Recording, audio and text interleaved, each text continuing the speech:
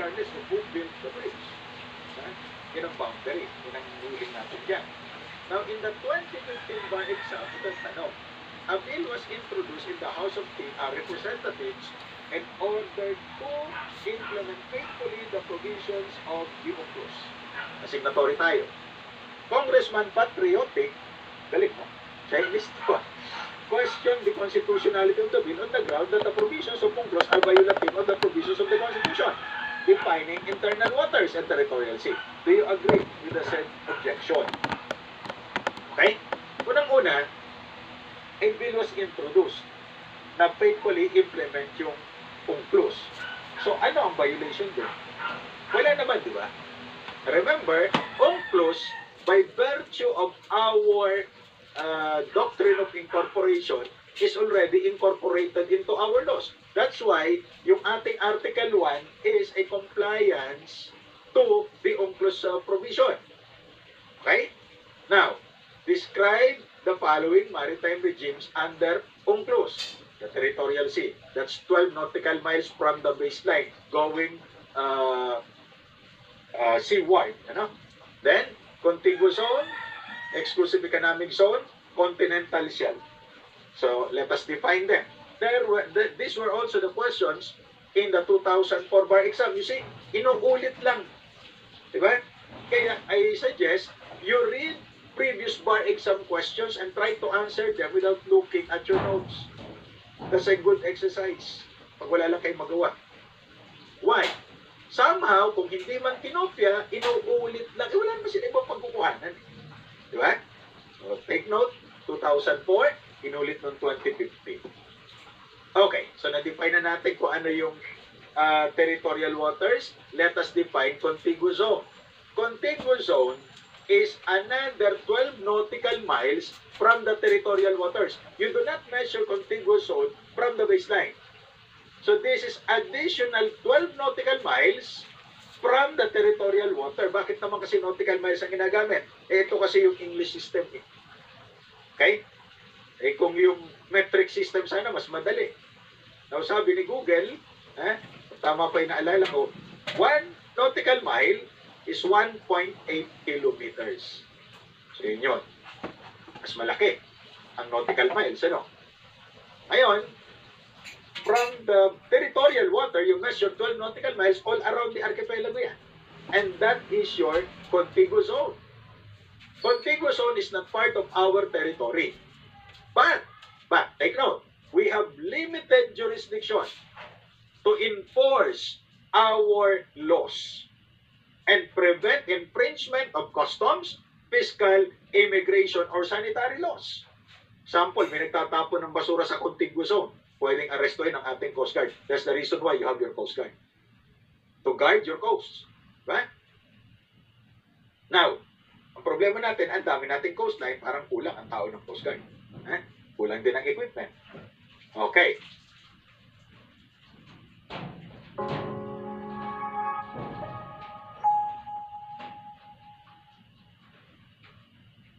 Saudi Arabia, one of the fastest growing economies in the Middle East, has laid down a comprehensive set of local laws to regulate its workforce. These laws aim to create a balance between protecting the rights of employees and facilitating the growth of business and economic growth. Hence, understanding labor law is crucial for navigating the employment landscape as.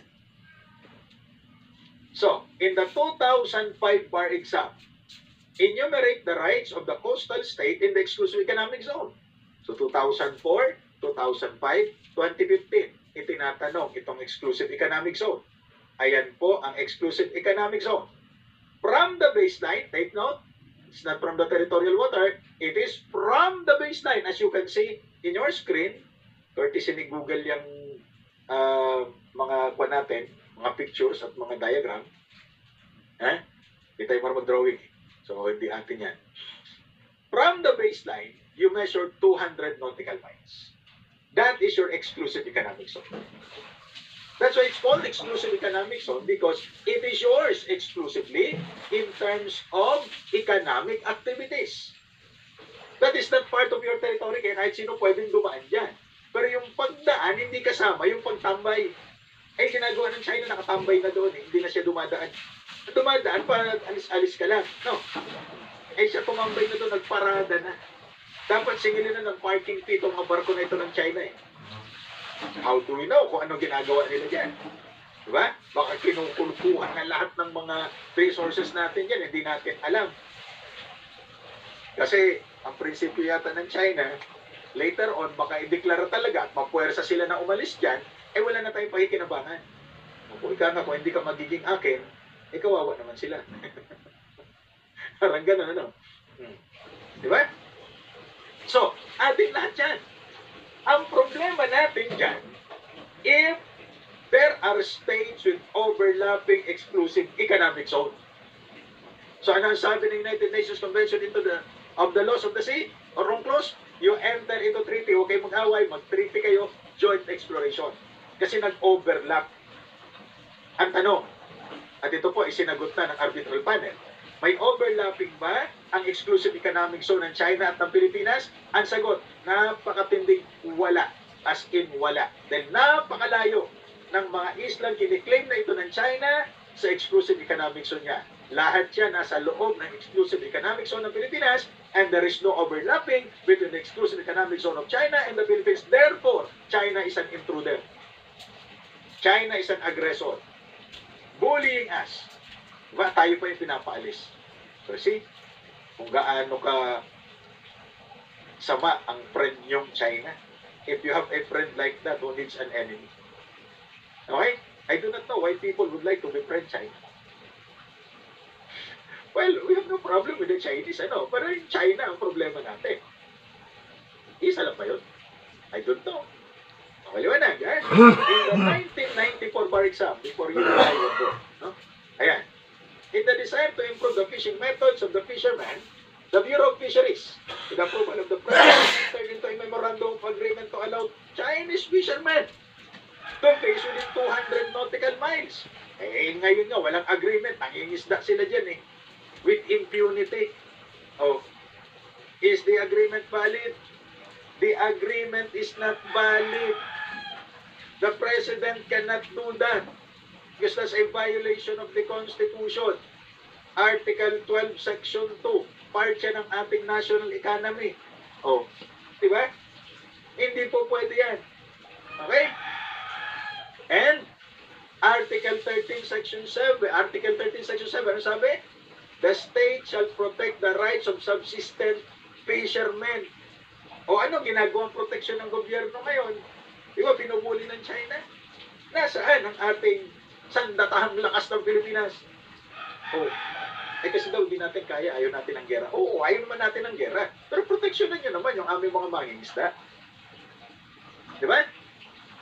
O, ganito ang nangyari. Tinanong ng 1994 bar exam, itong Gloria Arroyo ay pumasok sa isang kasunduan with China and Vietnam for joint exploration noong mga resources dito, joint seismic whatever, no, JMSU. Kaya tawag. Ayan, joint marine seismic undertaking. Ayan, JMSU. Okay? Now, itong bayan muna, nag-file ng kaso. And on January 10, 2023, sabi ng Korte Suprema, that is unconstitutional. Because under the UNCLOS Convention, you can only enter into a treaty for joint exploration if there is overlapping exclusive economic zone. The exclusive economic zone of China does not overlap with the Philippines. Neither does the exclusive economic zone of Vietnam overlap with the Philippine exclusive economic zone. So what is the basis for joint exploration? Nothing. That's why the petition of Bayan Muna was granted. And you are red tagging Bayan Muna. Alam ko ba ayaw nyo sa mga pulahan, ba't gusto nyo ang China? Now, under Section 2, Article 12, yung binanggit natin kanina. O, di ba? Yan ang basihan. Na hindi kayo pwedeng pumasok sa joint exploration. But that's the answer to the 1994 bar exam. And, hindi pa nakontento dito ang Philippine government, nag-file pa ng motion for reconsideration. And on July 5, 2023, the Supreme Court affirmed its earlier ruling that the Joint Marine Seismic Undertaking, or JMSU, between the Philippines, Vietnam, and China is really unconstitutional. So ano pang gusto nyo? Di ba? Why? Ang Supreme Court nagbase sa Constitution, ng Constitution natin, inadapt yung UNCLOS provision. So ano pa? At pang ginagawa ng China dyan? O, padala na natin lahat ng mga mangkukulam natin dyan at mga manananggal. Para matanggal na sila dyan. Eh, hindi kaya ng ating sandatahang lakas eh. O, eh di sandatahang lamok ang ipadala natin. Okay?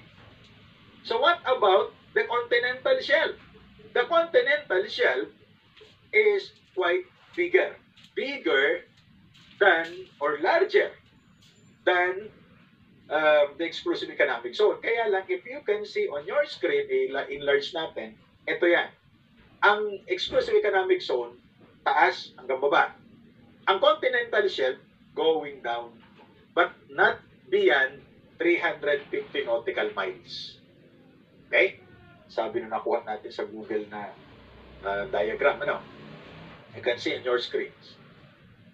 Now, states have the right to harvest mineral and non-living materials in the subsoil of their continental shelf to the exclusion of others.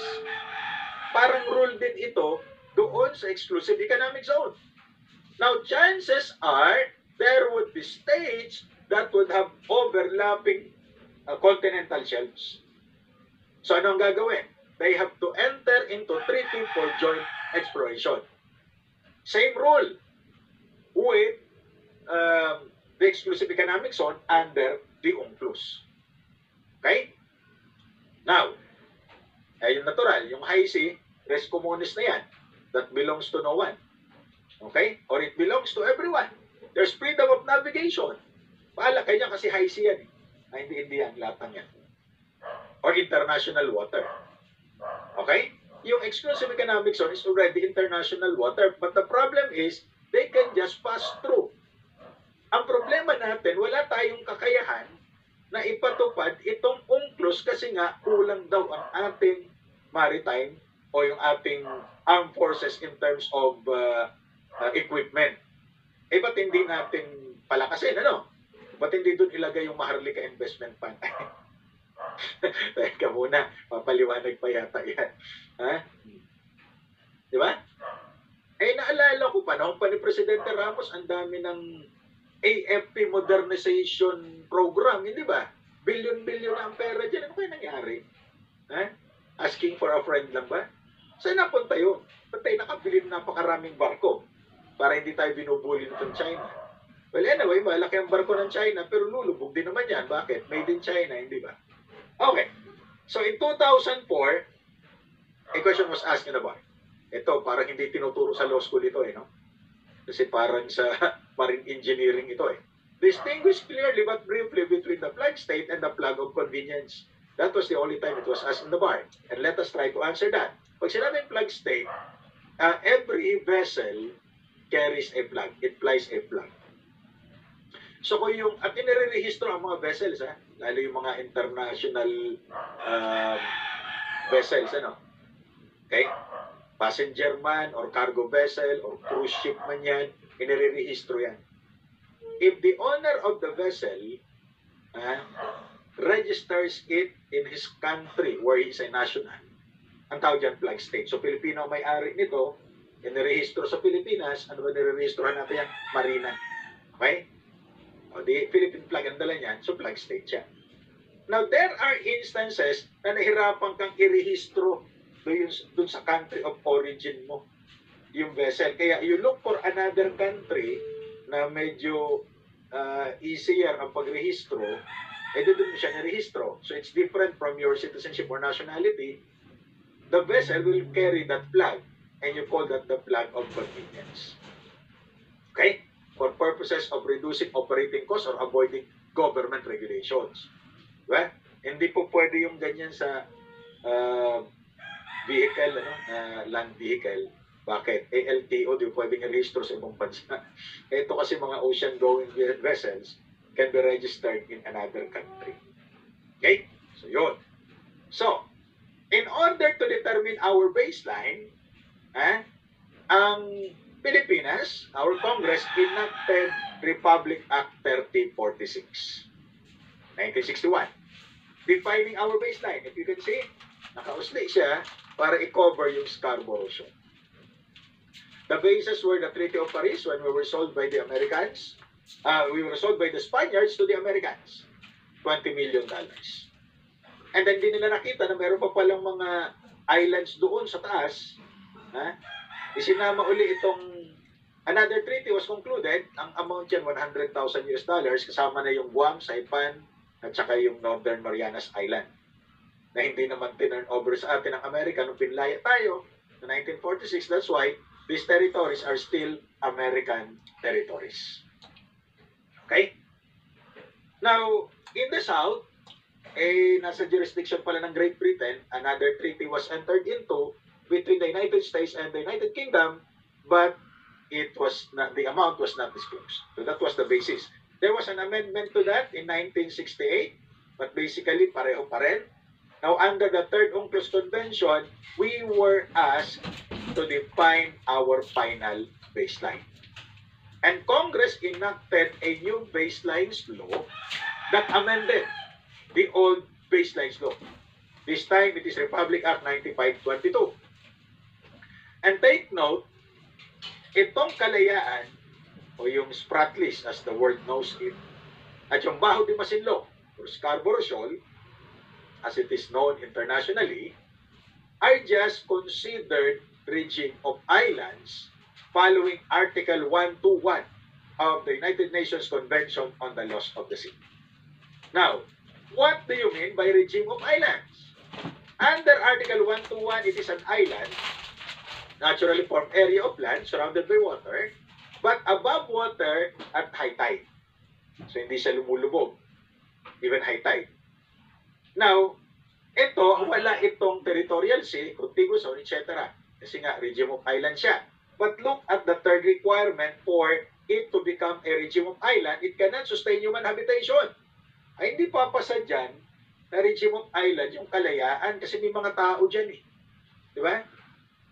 But that's the law. Okay? Okay tingnan natin ang nangyari. Based on the old baselines law in 1968, amending 1961 baselines law, ayan, ngayon, ito na lang yung baseline natin. So, based on the map issued by NAMRIA, yung National Mapping Resources Authority, ito na ang ating baseline. If you look at this map on your screens, the yellow line is our baseline. Labas ang Scarborough at Spratlys. The white is our territorial sea. Labas ang Scarborough at Spratlys. Scarborough yung nasa taas ng inyong, yung bilog sa taas. Yung green, contiguous zone. Labas pa rin ang Scarborough at Spratlys. So sabi ng China, labas na yan sa inyong baseline, amin na yan. Is China correct? Wrong. Why? It is still within our exclusive economic zone. The dotted lines that you can see is our exclusive economic zone. Pasok doon ang majority ng Spratlys at definitely pasok ang Scarborough Shoal. Okay? So, ano nangyari? Is there overlapping between the exclusive economic zone of the Philippines and China for China to legally claim all these islands? There is no overlapping. So China has no legal basis for claiming Spratlys and Scarborough Shoal. China should know that. I know China knows it, kaya lang ini-ignore niya ito. China is ignoring it because that is contrary to its interest. Diba? So if you have a friend like that, who needs an enemy? Okay. So, there were lawyers and several other petitioners who questioned the baselines law because it practically excluded our or several islands that are part of our history. Okay? Now, Ito yung kaso ng Magallona versus Ermita. So, according to the Supreme Court, the new baselines law is constitutional. Why? In order to draw a baseline, you have to follow the general shape of your archipelago. Okay? The Philippines has consistently claimed sovereignty over Kalayaan Island Group and the Scarborough Shoal. Not only decades, but centuries na. These outlying areas are located at an appreciable distance from the nearest shoreline. So in other words, if we consider them as part of the baseline, that will no longer follow the general shape of our archipelago. So sabi ng Korte Suprema, even the principal author, William Santiago, principal author daw niya, what we call Kalayaan Island Group, or the rest of the Cold Spratlys, Scarborough Shoal, are outside our archipelagic baseline. At yan ang pinagbabatayan ng China na kanila ito kasi outside na raw ng ating baseline. Because if we put them inside, we might be accused of violating the provision of international law. What international law is Miriam referring to? It is the United Nations Convention on the Laws of the Sea, or UNCLOS, which says that the drawing of the baseline shall not depart to any appreciable extent from the general configuration of the archipelago. In other words, you follow the general shape of your archipelago. Eh, ano ba ang shape ng archipelago natin? Triangular. So we follow a triangular baseline. We do not follow the rectangular baseline because if you follow the rectangular baseline, that's a violation of UNCLOS. However, since walang overlapping ang ating exclusive economic zone and the exclusive economic zone of China, China has no legal basis in claiming all these islands in the West Philippine Sea. They are exclusively Philippines. China is just bullying us. And we are allowing China to do that. Okay? Now, so, what are the modes of acquiring territory? Take note, the territory must be res nullius, belonging to no one. Huh? Sa mga estudyante ko, you conquer but you do not colonize. But take note that what you are colonizing must be a territory that is res nullius. Huwag naman yung res communes, delikado yan. So these are the ways of acquiring a new territory that is res nullius. You have discovery and occupation. Eh, wala ka naman di-discover ngayon, pero yung Kalayaan discovered dyan by a Filipino, should we say, navigator. Huh? Now, the discovery must be coupled with possession and administration. The absence of one will not give rise to acquisition of the territory. So, na-discover ito, in-administer ba natin at pinoses natin? Let us take a look at the history of Kalayaan Island. Eh, kasi inyo kanina, it is not qualified to be a regional island kasi may human habitation. Ayan, 350. Yan yung base population. It could be more or less than that, depending on what happened. Okay. At yung vice mayor dyan ay nagsalita one time doon sa graduation ng School of Law ng Adventist Adventist College kasi anak niya pala ay graduate doon sa College of Law ng Manila Adventist College. Ko lang natanong kung ano nangyari sa population niya. Okay? So, paano na ito na-discover? 1947, there was a Filipino navigator, a fishing magnate.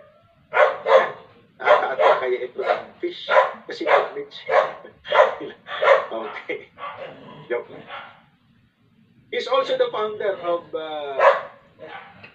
PMI, Philippine Maritime Institute. While sailing the South China Sea, sumadsad yung kanyang barko, nakita niya mga uninhabited and unoccupied islands and islands. 1947, right after the war. So, China at that time was still Republic of China, Taiwan.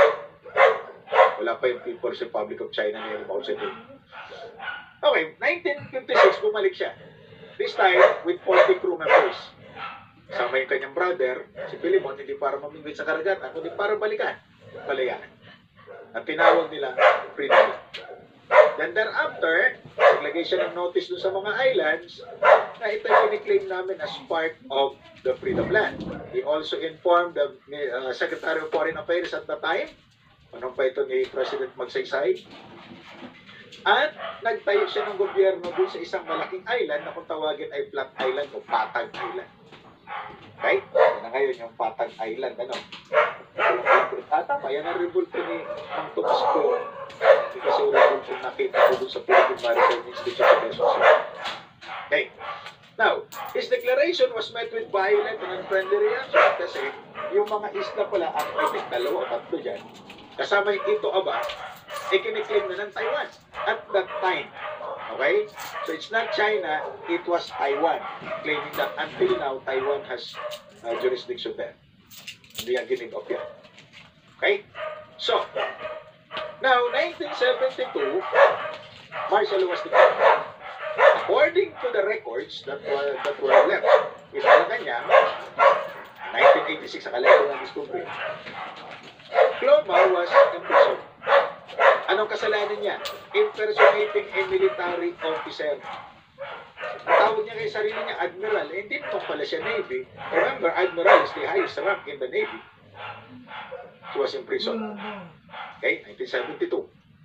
Now, according to the Camp of Cloma, contrary naman sa claim ng Philippine government, 1974, he was arrested again and he was forced to sign daw a document that is conveying whatever rights he might have in the territory for a very big amount of 1 peso. So kaya nagkaroon ng right ang Philippine government.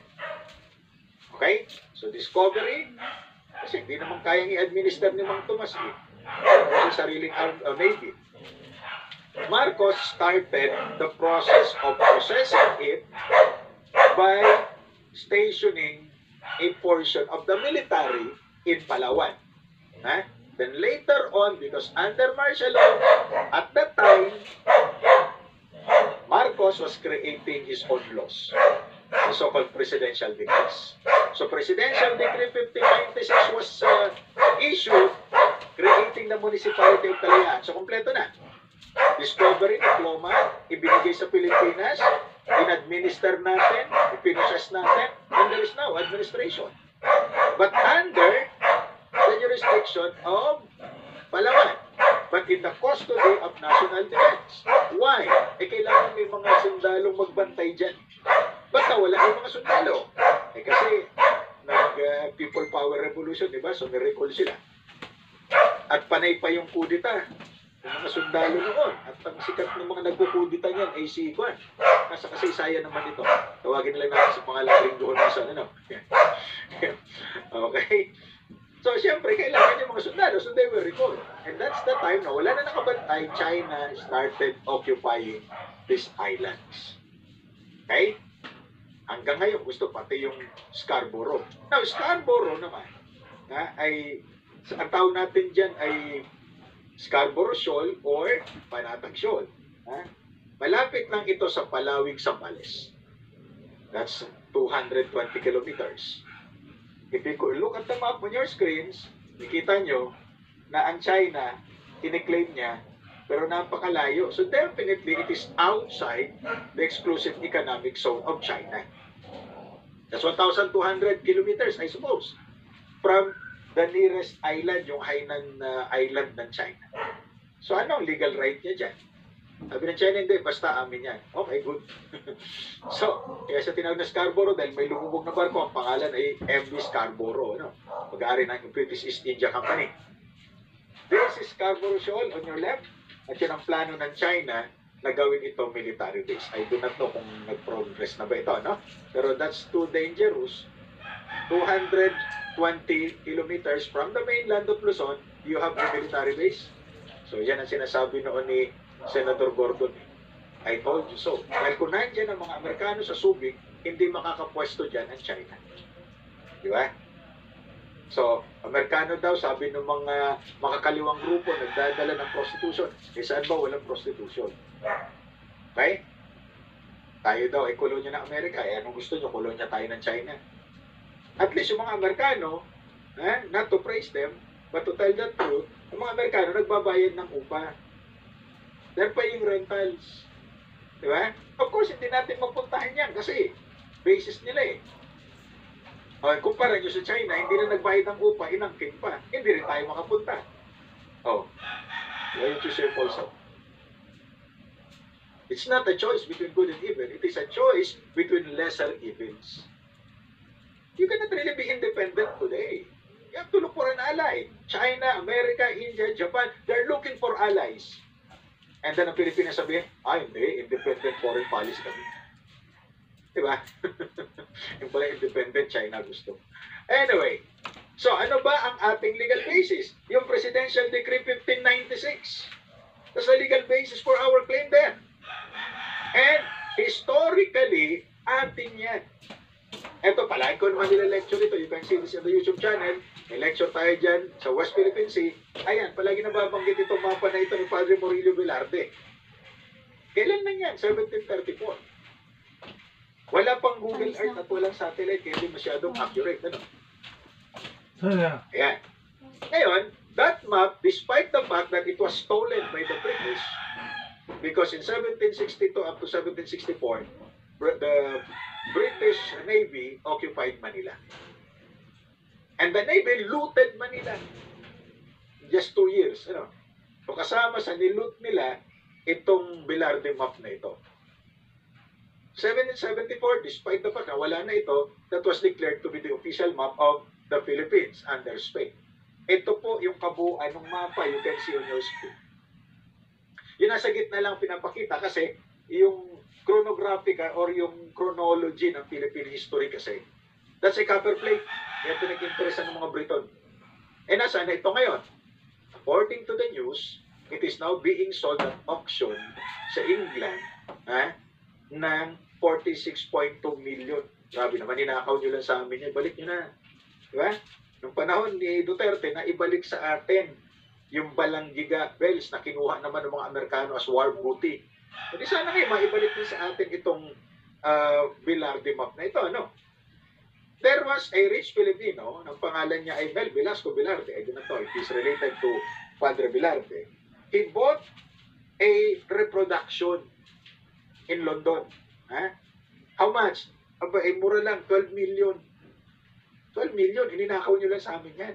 Hindi, yung reproduction sila na ang gumawa. Yung original ang ninakaw. Ang ninakaw, bakit? Hindi kanila kinuha. Simply because matatalo sila. At umalis na sila sa Maynila. We just imagine, paano kaya kung natalo na talaga tuluyan ng mga Spaniards, umalis sila at mga Brito na nagpatuloy dito sa Pilipinas. So baka hindi tayo Spanish speaking, kundi English speaking. Ganun din naman. Okay, China started the claim in 1947, but it was Taiwan claiming, not the People's Republic of China. Right? Now, so yan ang 9-dash line. So saan natin dadalhin ito? Sabi ng Presidente Duterte, hindi natin kahingirahin ng China. Tama naman siya. Okay? So ang ginawa ng Presidente dati, na ang pangalan ay Pinoy, nag-file ng kaso sa ITLOS. Okay, because that was the tribunal which has jurisdiction over territorial waters of archipelagic states. At ito, yan, okay na yan. Nagkaroon ng stand-off dyan noong 2012.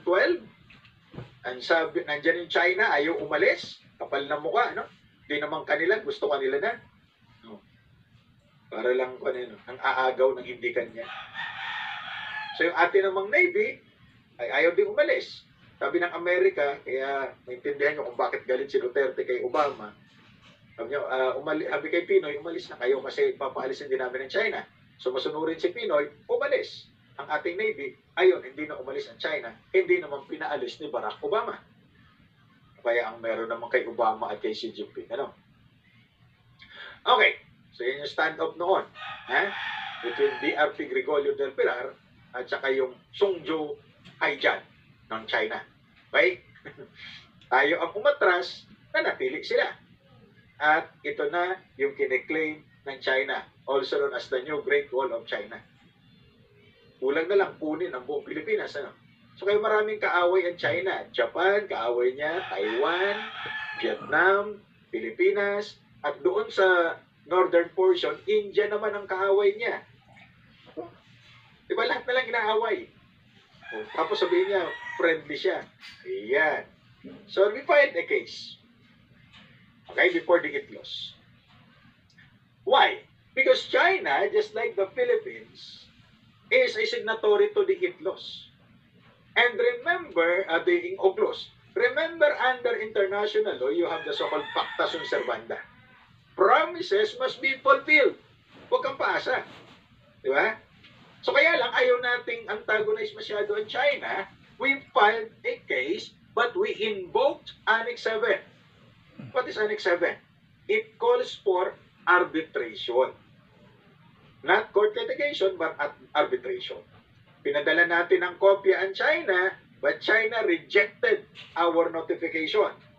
Ba't pa kami lalaban sa inyo? Panalo na kami. Yun. Okay? Then, may nangako na mag-jet ski. Hindi naman yata natupad yung pag-jet ski. Ano? So, nag-file tayo dahil itinanggihan ng China. So, we filed our position paper. It's called memorial. Doon sa ITLOS. Pinadalan pa rin natin ang kopya ang China, but China rejected it. And to add insult to the injury, ipinablish ng China yung kanyang sagot sa atin. Hindi ipinail sa korte, kundi ipinablish sa dyaryo niya. I-insulto, ano? Ayan. So may nag-promise na mag-jet ski, pero hindi naman ako naniwala. At yung mga naniwala daw kasi ay stupid. Buti na lang, hindi ako naniwala. Ano? Hindi sa akin yan, ha?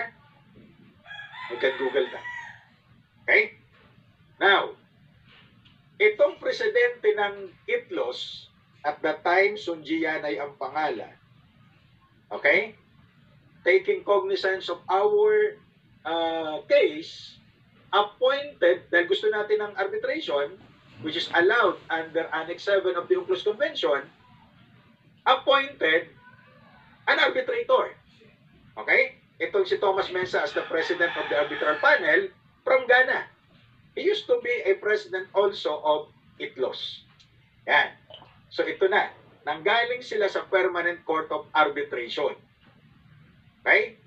Piercot from France, Soons from the Netherlands, Wolfram from Germany, Paulak from Poland. At ito nga si Mensah from Ghana. Natakot ako dyan eh. Kasi at that time, binugbog ni Manny Pacquiao itong si Cloty. Taga-Ghana din yun. So baka gumanti itong si Mensah. Okay. So, ang sabi ng China, walang jurisdiction yan. Ha? At hindi namin sasagutin yung memorial ninyo yan. Di, ang sabi ng China, walang jurisdiction. Kasi daw UNCLOS does not accord it the mandate to address what are essentially sovereignty-related issues. Ang kapal ng mukha ng China. May sovereignty raw sila doon sa mga inagaw nila sa atin. Sanay naman mang-agaw yung mga yan. Okay? So, ang sabi ng Permanent Court of Arbitration, sige, mag-present kayo ng ebidensya that we have jurisdiction, and the Philippines did just that. We presented documents. At ang sabi ng arbitral panel, the Permanent Court of Arbitration, kung saan ang galing ng mga arbitrator, ay meron itong jurisdiction. And in less than a year, nagkaroon ng ruling. That was July 12, 2016. So 7 years ago, walang progress. Why? Kasi at that time, iba na ang presidente. Okay? At base dun sa mga nakita natin, kaibigan ang China. So ayaw i-antagonize. Despite the fact na panalo tayo, and this ruling is now part of international law. Part na ng international law yan, do not get me wrong. So any member of the ITLOS can invoke that. Okay? Any state who signed the UNCLOS and ratified it can invoke this. So kaya ini-invoke ito ng United States, ini-invoke ito ng India, ng Japan, ng Australia, ng France. Why? Kung sila ay signatory, even if they're not signatory to the ITLOS, they can invoke this. Why? This is now part of international law. Okay? Sorry na lang doon sa mga apologists at mga defenders ng China. Ha? there were 501 pages, the decision. And 5 issues were raised. Number 1, yung 9 dash line ni Barbie, ng China. Nakita doon sa Barbie, ano kaya pinapaban dito yung Barbie. China daw has historic rights. O sige, assuming may historic rights kayo. Pero ang problema, you entered into a convention. And that United Nations Convention on the Laws of the Sea limited your claim to 200 nautical miles. So kung limitado yan sa 200 nautical miles, hindi mo pwedeng kunin ang kabuuan. Because you are just limited to 200 nautical miles. Eh hindi ito convenient sa China. So kaya ayaw niya sundin. Diba? So talo ang China. Now, even assuming na may historic right ka dyan, based on historical documents, there was no proof that China enjoyed absolute exclusivity. Why? That portion of the South China Sea, erroneously called, was a common fishing ground between Japanese, Taiwanese, Filipino, Vietnamese, Malaysian fishermen, even Indonesians are fishing there. When people were not yet that greedy, they were sharing the resources of the sea. But China became so greedy that it does not want to share the resources anymore. In fact, it wanted to own all the resources. Okay? Then, the status of features were heavily modified. But China cannot do that because they are inside the exclusive economic zone of the Philippines. And according to the panel, do not get me wrong, hindi ako nagsabi yan. Ang sabi ng arbitral panel, there is no overlapping between the exclusive economic zone of China and that of the Philippines. So under UNCLOS, walang basis ang joint exploration. And that is also the ruling of the Supreme Court. Diba? So ano pa? Ang legal basis ng China, wala. Except, might is right. If you are mighty under international law, you tend to be right. Kasi walang gusto lumaban sa iyo. Diba? Now, China interfered with the Philippine fishing and petroleum exploration. O, di ba? Atin yan eh. O, tingnan ninyo nasa screen ninyo. Binubuli tayo. Binubomba ng water cannon. Ano? Constructing artificial islands and failing to prevent Chinese fishermen from fishing in the zone. Hindi na sa inyo yan. Dapat wag mong payagan ng mga fishermen mo na mangisda dyan. Ang problema, contrary. Ina-escortan yung mga mangingisda nila at yung Filipino fishermen ang pinapalayas. Eh, atin yan. So, di ba nakakapag-ngit-ngit? Diba? Nakagalit. Pasuko ka man talaga. Okay? And then, China created harm to marine environment. Under international law, UN Convention, all states must preserve fragile ecosystem. Ang problema, ang ginawa ng China, pinayagan at iniskortan pa, pinoproteksyonan ang mga mangingisda niya na nangingisda using harmful method. Harvesting endangered sea turtles, corals, giant clams, that if Filipino fishermen would be harvesting this, they will end up in jail. But since our authorities cannot arrest anymore the Chinese poachers, kasi may mga escort na Chinese Coast Guard at Chinese militia vessels, so wala na, ubos na ang ating resources. Kasi ang idea, kung hindi namin mapapakinabangan, kasi baka mapunta sa inyo, wala na kayong mapapakinabangan dyan. That's the idea. That's why sabi ng iba, ito na raw ang utang ng China. 119 billion. That was in 2016 alone. It's now 2023. Okay? So, as to the fifth issue, aggravation of dispute, ayaw makialam. Kasi wala daw itong jurisdiction, kasi yan ay military issue. Why? Nakikita ninyo, Ayungin Shoal ang tawag dyan, may nakasadsad na barko. Ito yung barko na nakasadsad. That's called BRP Sierra Madre, World War II vintage. Diyan nakatira yung mga nagbabantay nating mga matatapang na Navy personnel. Nakikita yung mga tao, no?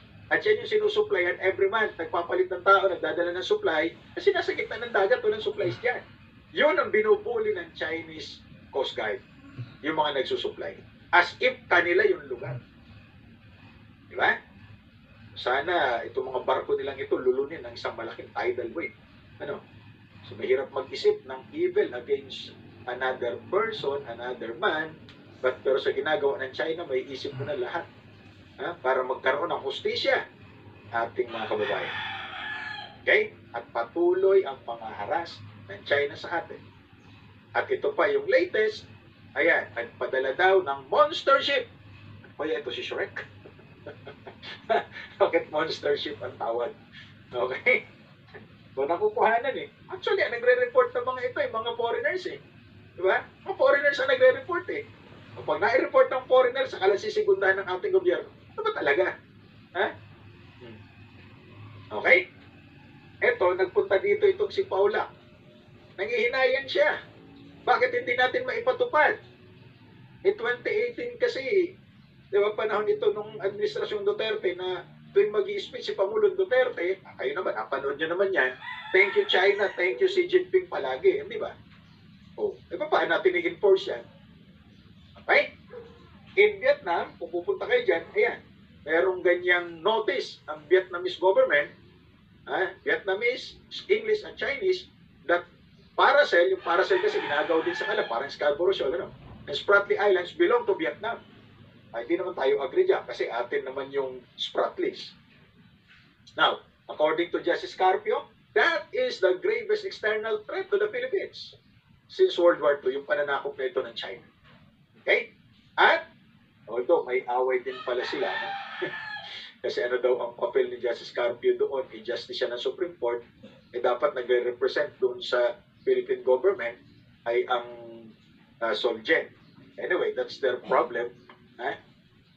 Ngayon, sabi naman ni Justice Conchita Capi Morales, na dating ombudsman, dating justice ng Supreme Court, a nation can survive its fools and even the ambitious, but a nation cannot survive treason from within.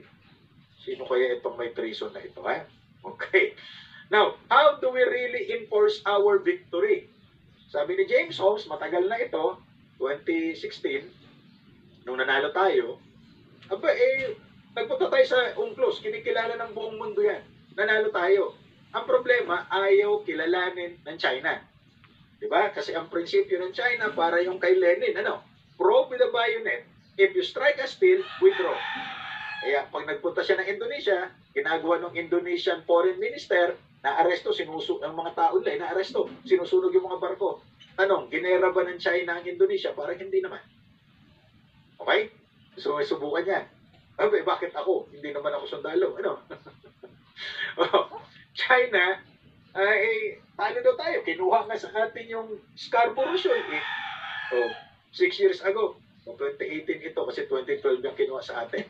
Now, ano gagawin natin? Di pakita daw ng Manila sa buong mundo at sa Asia. May mga kakampi na tayo sa Asia. Nandiyan ang Japan. Nandiyan ang South Korea. Ang India, kumakampi sa atin. Ang Vietnam, kasi kaaway niya rin ng China. Ipakita natin. Kaso, pinapakita natin, thank you China, thank you Xi Jinping. Paano naman tayo niyan? Diba? Do not take my word for that. Pwede nyo i-google at i-YouTube yan. Now, wala tayong military option. Alam natin pare-pareho yan. Even the commander-in-chief before. Kung ikaw naman ang sundalo, yung commander-in-chief mo, lagi sinasabi, talo ka, ba't ka palalaban? Hindi katulad ng mga Spartans, di ba? Sino ba ito? Si Themistocles. Ang sabi niya, we'll fight. Dalawa lang ang choice natin. Surrender or die fighting. And they chose to die fighting. Parang wala nang gusto yata niyang ganyan eh. Diba? Ayan. So, ano gagawin natin? Didaanin natin dun sa opinion shaping effort. Paano ka makaka-form ng opinion against China? Palagi mong pinapasalamatan ng China. Buti nga ngayon, medyo kumabig tayo at napunta dun sa Amerika, Hindi naman ako pro-American. Maraming kalukuhan ng mga Amerikano, I agree with President Duterte na maraming atrocities ang mga Amerikano. The problem is, nakaraan na yun eh. Ngayon, anong gusto natin? Kakampi tayo dun sa China o sa Amerika? Yan lang ang choice natin eh. Hindi tayo pwede maging neutral dyan. Di ba? Why? May military treaty tayo with the United States. Unlike Switzerland, pag-usapan natin yung neutrality. Unlike Switzerland, di ba? Neutral talaga siya ever since. Tayo may military treaty tayo, so how can you be neutral? Ano ba yung treaty natin? With America, not with China. So bound tayo doon. Ito, pag dinaan natin sa military option, wala eh. Diba? Tingnan nyo, yung bagong silang pa lang ng China, ang laki-laki na. Si Gregorio del Pilar, 50 years old na yan. Binenta lang sa atin yan. 1965, tingnan nyo, in launch ito 1965 ng American Coast Guard na binili natin. Di 50 years old na ito, magsi-60 na. Wala nang tatalo dyan in terms of experience. Now, next, pwede daw tayong pumunta sa Security Council. But ito yung sinasabi ko sa inyo kanina. Okay, pumunta ka ng Security Council, but China is a permanent member. So, pwede niyang i-veto kung ano mang resolution ng Security Council. Kasi ayaw niyang umalis sa West Philippine Sea. At ito na ang ating last option. Na ayaw i-invoke ng Administrasyong Duterte. In fact, inaway pa nga yung mga Amerikano, hindi ba? Mga away din si Trump. Sabi niya, ay na po, ito bigla tayo bumawi. Joke lang yun. Gusto pa rin namin. Okay? So, you can see the issue of Sabah. Ayan. So, we have to remember that Sabah is geographically located in Malaysia. Malaysia talaga yan. Now, in 1640, it's the time na nandito ng mga Spaniards, 1565 pa sila dito. So, Spain signed with a peace treaty with the Sultanate of Sulu and Maguindanao. Kasi hindi nila nasakop ito eh. So, ano ang issue ng Sabah na ito? Connected ito dyan sa mga issue ng Sultanate ng Sulu. Sabah was a gift. May sultan yung North Borneo at walang dokumento actually na nagsasabi na ibinigay itong Sabah na ito, yung North Borneo, doon sa Sultan ng Sulu. But no one is questioning it. So, dahil wala nagko-question, alam nyo, unang panahon, wala din naman kailangan ng mga written documents eh. That's why there was that issue. Now, yung tanong kanina na winave na ba natin yung claim natin dahil tinanggal yung historical title, I think no. That's a narrow interpretation siguro kasi ang sabi dyan, over which has the Philippines has sovereignty or jurisdiction. So it presupposes na lahat may jurisdiction tayo dyan and that includes Sabah. So hindi doon inaalis yung Sabah. No? Hindi lang minention. Kasi in fact, even yung Kalayaan at saka yung Spratlys at saka Scarborough Shoal, hindi naman minention doon. So kasama siya doon sa sinasabi na the Philippines has jurisdiction. Okay? Ayan. So may jurisdiction tayo dyan. Dahil nga dito sa istorya na ito. So, yung Sultan ng Sulu ay nakipag-transaksyon sa mga Briton para paupahan itong portion na ito ng Sabah. Okay? And the rental was 5,300 ringgit. That was 1878 na ma-finalize yung usapan. Now, that rental was affirmed by the British government. And then, itong si Overbeck ang inappoint ng Sultan ng Sulu na may pagtransaksyon. Okay? So, Overbeck was sent to Borneo as a representative of Dent Company and negotiate with the Sultan. In fact, sa kasaysayan natin, pati si Rizal gustong magpunta dyan at magkaroon tayo ng colony sa Borneo. Now, ayaw nang magbayad ng rental nitong Malaysian government. So, ang ginawa nitong Sultan ng Sulu, nag-file ng kaso. That was 1939. No? Na ang sabi nitong Chief Justice McCaskey, ay legal yung agreement, kaya dapat magbayad kayo. Pero ang problema dito, yung pag-translate from Arabic to English. Ang translation, session payment. Now, under international, pag sinabing cession, sale yan. Pero until now, yung Malaysian government nagbabayad sa mga heirs ng Sultan ng Sulu. Yun nga lang, 5,000 ringgit. That was the price in 1878. Ngayon ay 2023 na. Okay? So, anong nangyari? Yung Sultan ng Sulu, it turned over sa Philippine government yung pag-claim. Now, the British government, wanting to grant independence to Malaysia, isasama itong buong North Borneo as part of the Federation of Malaya. In fact, kasama dati ang Singapore dyan, umalis na ang Singapore. So, nung mangyari ito, President Diosdado Macapagal filed a claim with the UN. Sabi, hindi po pwede yan. Ino-oppose niya. So, kaya ang ginawa yan ng United Nations, nagpadala ng mission dyan sa Sabah. At tinatanong, gusto nyo ba na ang Sabah ay sumama sa Federation of Malaysia? Pumayag daw yung mga tao eh. So, in 1962, ayan na yung pag-turnover ng rights. So, because of the turnover of the rights, the Philippines exercise jurisdiction. So, kaya doon sa Constitution natin, all other territories over which the Philippines has sovereignty or jurisdiction. So, may sovereignty and jurisdiction tayo diyan.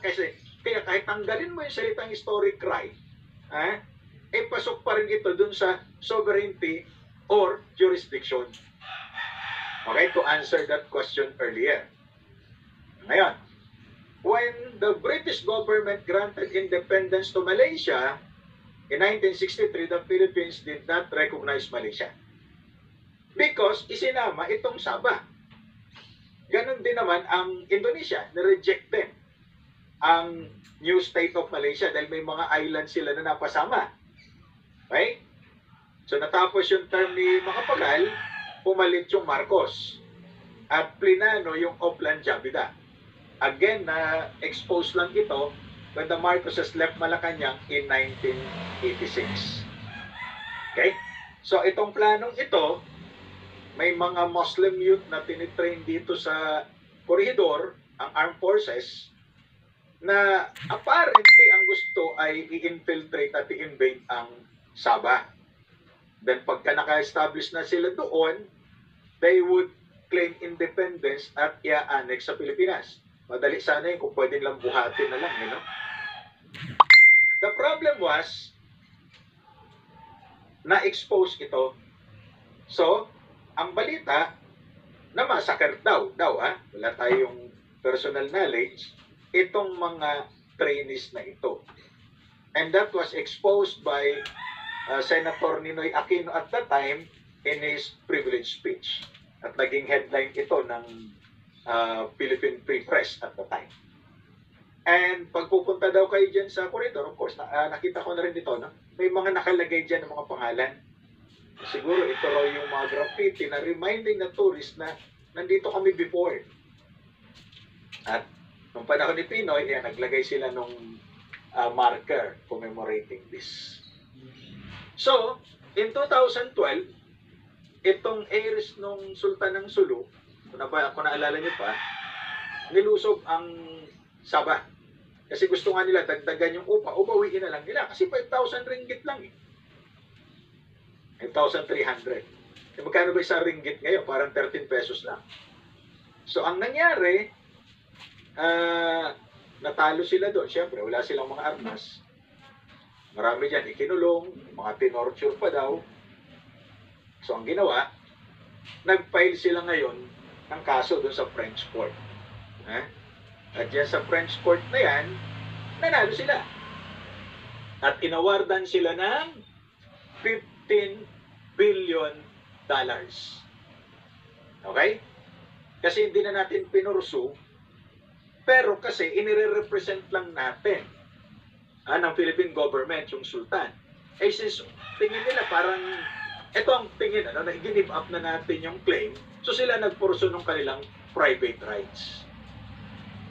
Now, kung titingnan natin, under the Constitution, atin pa rin. Kaya lang, kung titingnan mo yung ating baseline, malayo na, Hindi na siya kasama. But still, pasok siya doon sa exclusive economic zone natin. But even the people of Sabah considered themselves as Malaysians, not Filipinos. That's the problem. So kaya ang mangyayari yan, sa atin yung lupa, pero yung mga nakatayo doon hindi na atin. Parang Makati at Taguig lang yan. So, sige, even assuming na inyo ang Sabah, pero yung mga properties doon, hindi po pwedeng sa inyo. Oh. Why?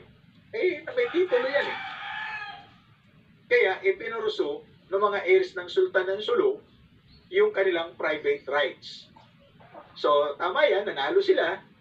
At although naka-appeal pa, pero may writ of execution eh. So, 15 billion yan. Kaya hinahanap ko yung aming mga roots, baka mag-anak ko itong mga ito eh. Malaki ang 15 billion. Okay? Ayan. So, we also have another element of the state, that is the government. It is the instrumentality or agency that carries out the will of the state. So if you have questions, pwede nyo i-chat or mamaya, we'll have a portion for your questions and answers. No? So you have forms of government, you have monarchy. Siyempre, isa lang. Kaya mono. Diba? You also have absolute monarchy. Wala na ngayon yan. What we have is limited monarchy.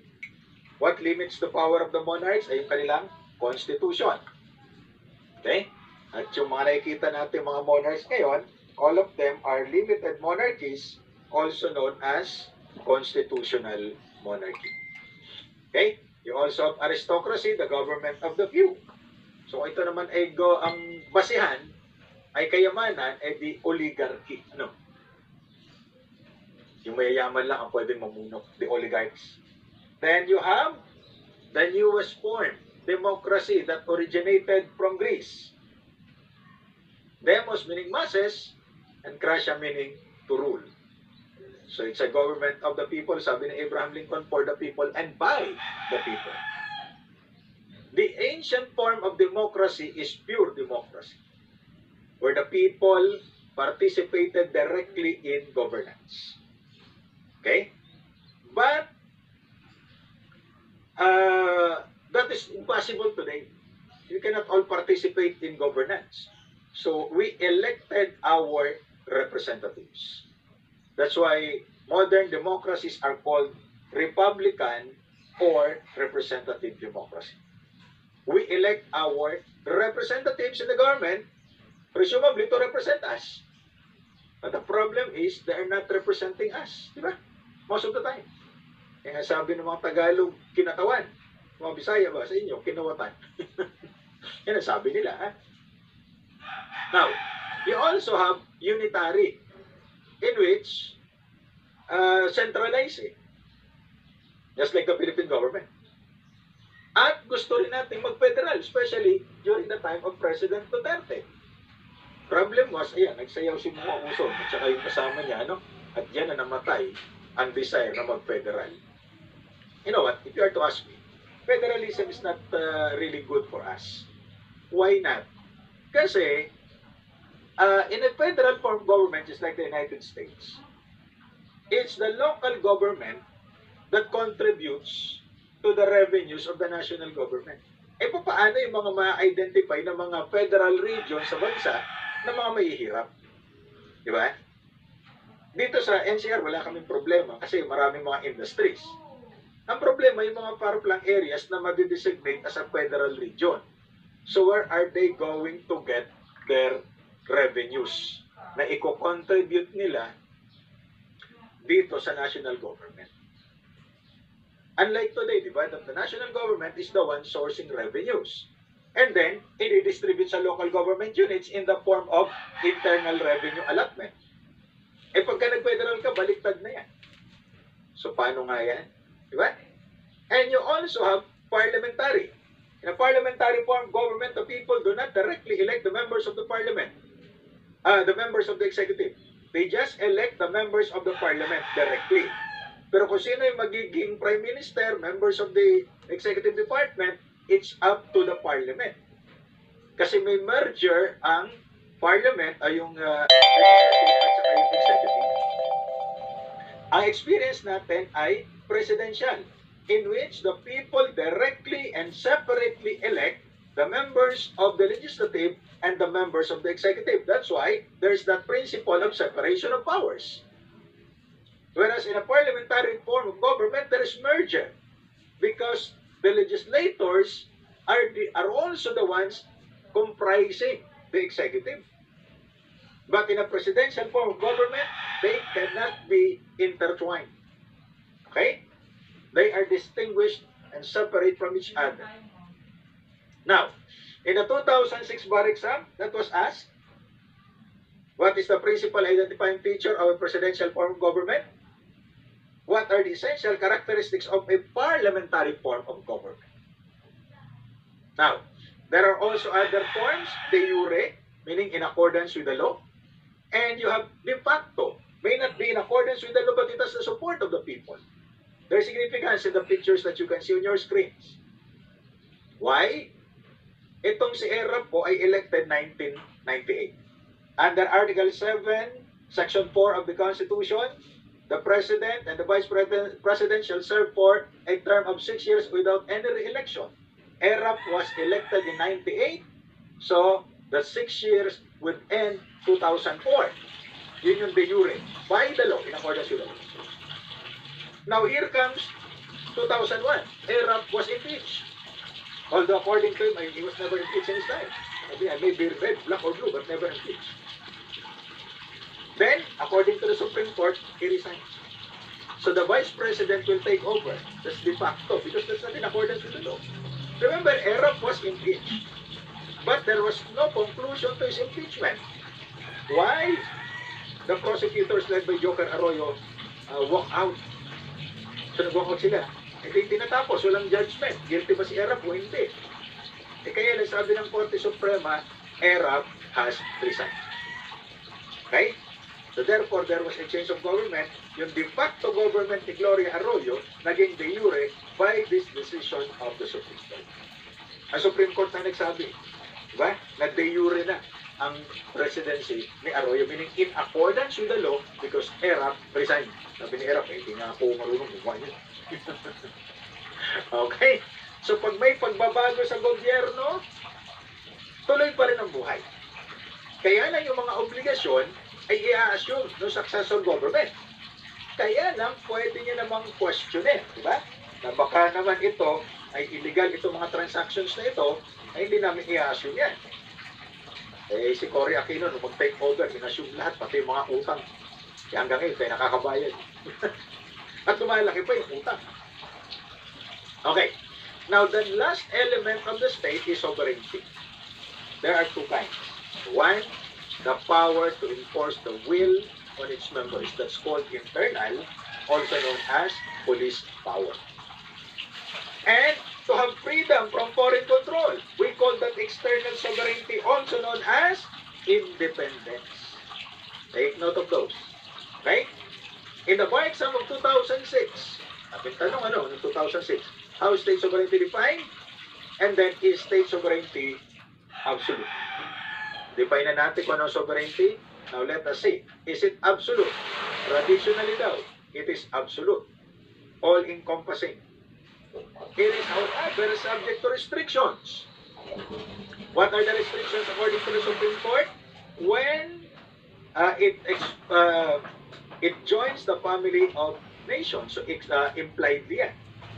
Expressly or impliedly, when you join the family of nations, there are limitations. Right?